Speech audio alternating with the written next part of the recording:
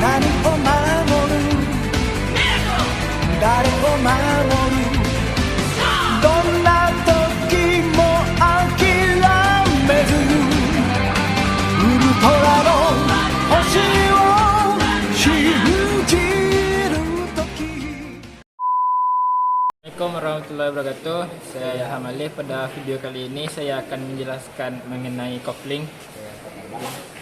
Jadi fungsi kopling itu sendiri adalah untuk memutuskan atau menghubungkan transfer tenaga yang dihasilkan oleh mesin menuju ke transmisi.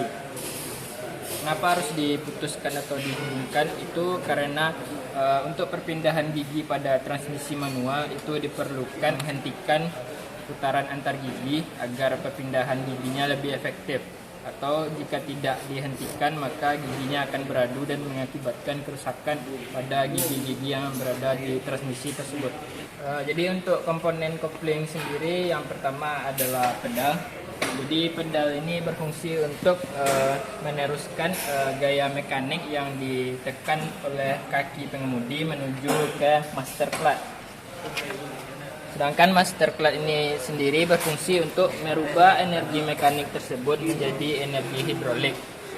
Dan dari master clutch ini dihubungkan juga ke master clutch yang bawah dengan menggunakan pipa yang terbuat dari besi. Jadi karena di saluran ini terdapat tekanan, jadi pipa ini digunakan material yang keras seperti besi.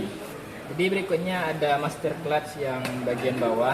Jadi ini pada kondisi aktualnya ini berada di bawah sesuai dengan posisi transmisi. Untuk fungsinya sendiri adalah merubah energi hidrolik yang dihasilkan oleh master clutch atas menjadi energi mekanik untuk menggerakkan release fork ini, sehingga release fork bisa menekan bearing, release bearing, dan release bearing bisa menekan spring diafragma. Untuk fungsi spring diafragma ini cara kerjanya adalah ketika bagian tengah spring diafragma ini ditekan, maka bagian-bagian samping atau ujung spring diafragma ini akan terangkat sehingga dia tidak lagi menekan clutch disc, sehingga perputaran atau transfer tenaga dari mesin ke transmisi dapat diputus sehingga pengemudi bisa memindahkan gigi atau kecepatan kendaraan. Lalu komponen berikutnya adalah clutch cover. Clutch cover ini berfungsi untuk melindungi coupling set dari kotoran-kotoran. Lalu di dalamnya juga terdapat pressure plate. Jadi pressure plate ini berfungsi ketika pedal kopling tidak diinjak, pressure plate ini akan menekan clutch disc agar tetap menempel pada flywheel sehingga transfer energi tetap disalurkan. Lalu komponen berikutnya adalah clutch disc. Jadi clutch disc ini atau kampas kopling ini adalah komponen yang berhubungan langsung atau bergesekan langsung dengan flywheel. Lalu pada clutch disc ini juga terdapat damper. Ini terbuat dari karet, berarti ini adalah rubber damper. Ini berfungsi untuk memperhalus perpindahan tenaga yang dari mesin ke transmisi. Jadi tipe damper ini ada dua, ada rubber damper yang terbuat dari karet dan ada yang terbuat dari besi yaitu spring damper. Lalu berikutnya ada flywheel. Flywheel ini adalah komponen penghubung dari mesin ke coupling set. Selain itu, flywheel ini juga berfungsi sebagai tempat dimounting atau dudukan dari kopling tersebut. Jadi berikutnya saya akan menjelaskan cara kerja dari kopling.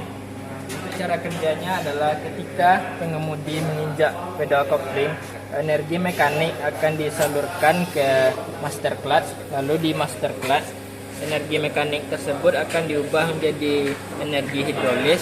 Lalu energi hidrolis itu akan disalurkan melalui fluida. Fluida itu akan disalurkan melalui pipa ini menuju ke master clutch yang bawah.